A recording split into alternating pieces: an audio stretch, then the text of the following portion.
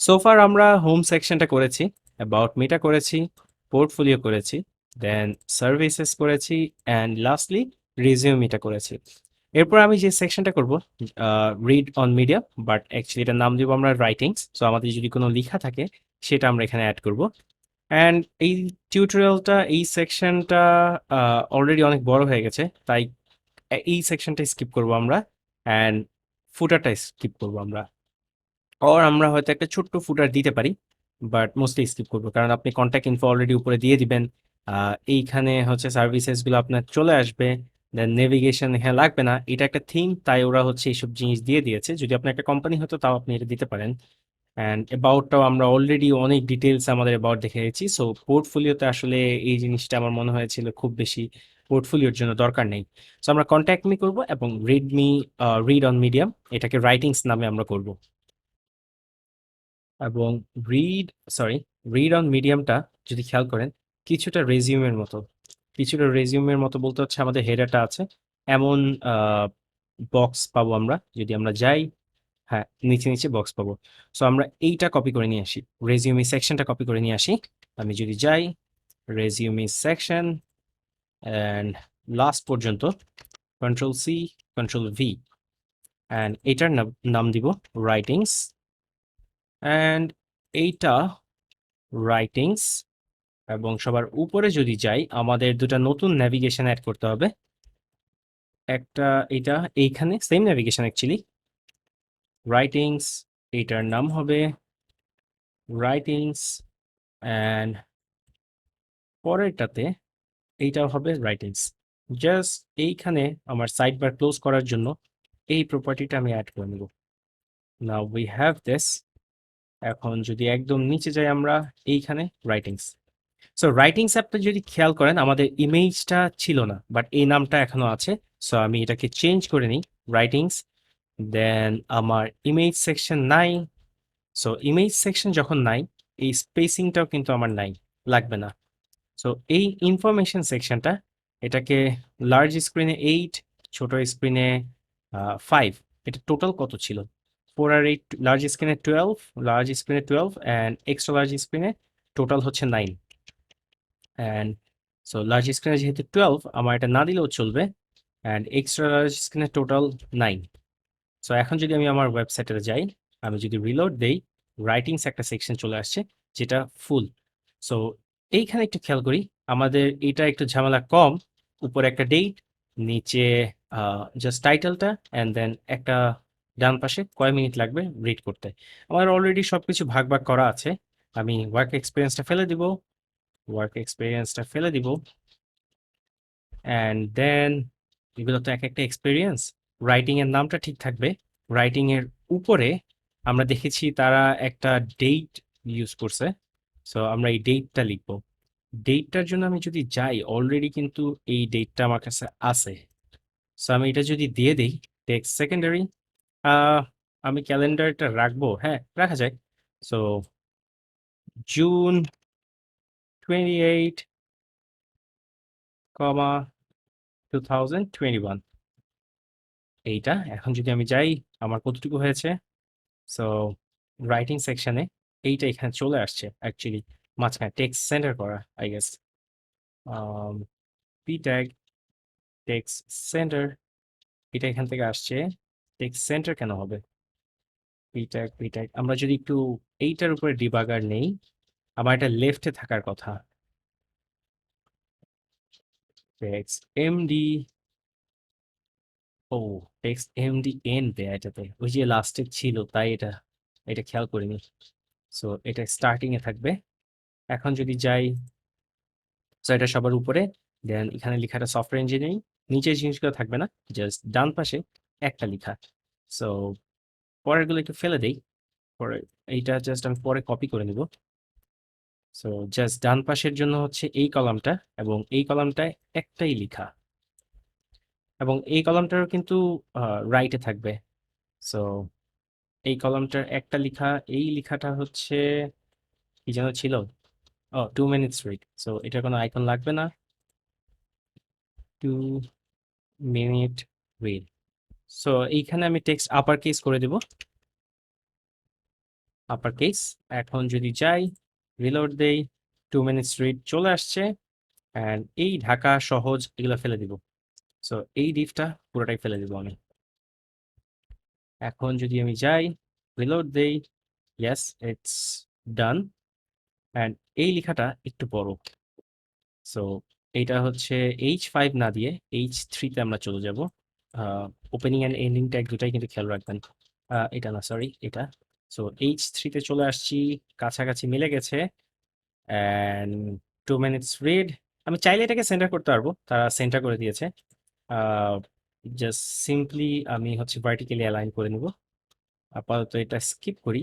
And এইটা নিচে যে গ্যাপটা, গ্যাপটা অনেক বেশি। সো আমি যদি এই গ্যাপটা এক্সপেরিয়েন্সে এইখানে ওয়াই দেই, তার মানে উপরে নিচে MY4 দেই। এখন যদি আসি, আচ্ছা ওয়াই না, PY দিব, কারণ হচ্ছে তাহলে হচ্ছে ওই বর্ডারটা, নিচের বর্ডারটা সেইটা সহ পাবে PY। আর ইয়াস, আই থিঙ্ক ডান। এখন পুরো জিনিসটা ক্লিকেবল হবে, কারণ আমি ক্লিক করলে ওই লিঙ্কে নিয়ে যাব। তো এইটা যখন আমার এখানে রাইটিংস লিখি, রাইটিংস, অ্যান্ড দেন এটা হবে এক একটা রাইটিং, WRITING, রাইটিংস না, রাইটিং। তখন আমার এই স্টাইলটা তো চলে গেছে, যেটা মার্জিন টপে ছিল। আসলে আহ, এগুলোতে যখন বর্ডার দিচ্ছি PY উপরে নিচে, সো আমার এইটাতে আর আলাদা করে দেয়া লাগবে না। আমি এটা দেখাই, আমি যদি মাল্টিপল রাইটিং কপি করি, রিলোড করি, সো দেখতে পাচ্ছেন অলরেডি গ্যাপটা আছে। এখন আমি বলেছি এগুলাকে এক একটাকে ক্লিকেবল করব। এই নামটা আমি চেঞ্জ করব, পরে চেঞ্জ করব, এখন তো দরকার নেই, আমি তো লেআউট নিয়ে কাজ করছি। সো এই টেক্সটটা, এটাকে যদি আমি এ করে দিই, অ্যান্ড দেন এটার এন্ডিংও যদি এ করি, এটা মনে হয় এইটারটা, সরি আমি একবার দেখিনি, এইটারটা। সো এ, এ, সো এ মানে হচ্ছে হাইপারলিঙ্ক। হাইপারলিঙ্ক মানে আমাদের একটা href দিতে হবে। href আপাতত হ্যাশ দিব আমি, সরি, পরে যে কোনো লিঙ্ক আমি অ্যাড করতে পারবো। বাট একটা ছোট প্রবলেম পাবেন, কালার গুলো চেঞ্জ হয়ে গেছে। সবই ঠিক আছে, জাস্ট কালার গুলো চেঞ্জ হয়ে গেছে। সো লিঙ্ক গুলার আসলে আহ, নিচে একটা আন্ডারলাইন চলে আসে, সেইটা সরানোর জন্য text decoration, sorry, text decoration none, yes. এখন এইটার কালারটা আমি কি করব? এইখানে ফন্ট ওয়েট লাইট দিয়েছি, text light. So software engineering ও সাদা হয়ে যাবে। এখন আমি এটা ক্লিক করলে অ্যাকচুয়ালি হ্যাশ দেওয়াতে এখানে ব্যাক করছে। আমি চাইলে এক্সটার্নাল লিঙ্ক অ্যাড করতে পারি, সবকিছু অ্যাড করতে পারি। সো আমি আসলে মাল্টিপল রাইটিংস অ্যাড করার আগে এটাকে আমরা ছোট করলে কি অবস্থা হয় সেটা কিন্তু আমাদের দেখে নেওয়া খুবই খুবই important. And it's pretty good, yes. So আমি যদি এখন মাল্টিপল রাইটিংস অ্যাড করি, এই রাইটিংসটা এটা হচ্ছে এ ট্যাগ থেকে, এটাকে রাইটিংস, এটা যদি রাইট, আচ্ছা সরি, এইটাকে দিব না আমি এ ট্যাগ, কারণ এটা তো রাইটিংস কন্টেইন করে অনেকগুলা। অ্যান্ড এটাকে যদি আমি দেই, আমি একটা এক্সট্রা রিডান্ডেন্ট লিখে ফেলেছি, এই ডিভের ভিতরে সবকিছুই আছে। সো এইটাকে এ ট্যাগ দিলেই হবে। এটাকে যদি আমি এ ট্যাগ দিই, দেন এটা রাইটিংসই থাক, এইটা DIV হয়ে যাক আবার। সো এইটা DIV হয়ে যাক। দেন টেক্সট ডেকোরেশন, যেহেতু এখন এটা এ, সো টেক্সট ডেকোরেশন নান এইটাতে হবে। সো তাহলে আসলে এক একটা ইন্ডিভিজুয়ালি হবে, না হলে পুরো জিনিসটাই আসলে ক্লিকেবল হয়ে গেছিল। মানে টোটাল এখানে আমি যতগুলো দিব সবগুলো ক্লিকেবল হয়ে গেছিল, এটা কাজ করে নাই আমার। এ, এ, এ, ও এ যখন দিয়েছি এটা তো href দিতে হবে। সো hrefটাও এটাতে নিয়ে আসবো, Ctrl+V, Ctrl+S। এখন যদি রিলোড দেই, এখন যদি যাই, ক্লিকেবল। ওকে, সো রাইটিংগুলো নিয়ে আসি। আমার যেহেতু কোনো রাইটিংস নাই, অ্যাকচুয়ালি আমার রাইটিংস আছে কিন্তু রোবোটিক্স এর উপরে। আমি যদি একটু যাই, অনেক আগে লিখেছি, খুঁজে পাওয়া যাবে না এখন। জাস্ট এই টেক্সটটা কপি করে নিয়ে আসি,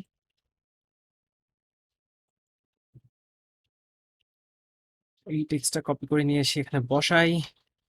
অ্যান্ড এটা আরো একটা কপি করব আমি, এই এটাতে নাম দিব হচ্ছে ইউজ রিয়াক্ট জেএস অ্যান্ড এটা যদি এখানে বসাই দেন আবার যাই। আপনার যদি কোনো রাইটিংস থাকে অবশ্যই সেটা অ্যাড করবেন। এইটা রিক্রুটাররা অনেক পছন্দ করে। এটা কপি করে এক্সট্রা না করে আমি ওটা কপি করে নিয়ে চলে আসছি। So copy and last save. এখন যদি আমি রিলোড দেই, সো আমার অনেকগুলো রাইটিংস হয়ে গেছে এবং সবগুলোই আলাদা আলাদা করে ক্লিকেবল। তার একটা প্রুফ আমি যদি দেখাই, হ্যাশ কোথায় গেল, এইটাকে আমি হ্যাশ হোম দিব, দেন এইটাকে আমি হ্যাশ অ্যাবাউট মি দিব, এইটাকে আমি হ্যাশ রাইটিং দিব, রাইটিংস। তো জাস্ট এগেইন আমার কোনো রাইটিংস নাই দেখে আমি কোনো রাইটিংস এর লিংক অ্যাড করিনি। এটা যদি যাই হোমে গেছে, দেন পরেরটাতে যদি যাই এটা অ্যাবাউট মিতে যাবে, থার্ডটা হচ্ছে রাইটিংসেই থাকবে। সো তিনটা আলাদা আলাদা কাজ করছে। আমাদের রেসপন্সিভনেস কাজ করছে। আর একটু যাই, গ্যাস কোনো সমস্যা নেই, যে কোনো সাইজে এবং বড় সাইজেও এটা মিলে গেছে। নাইস। শেষ যে কাজটা আমরা কমিট করব, কখনোই ভুলবো না এই জিনিস, একেবারে আপনাদের মুখস্থ করায় দিচ্ছি। git add all git commit m added writings section git push। সবাইকে এই টিউটোরিয়ালটা এ পর্যন্তই, ধন্যবাদ।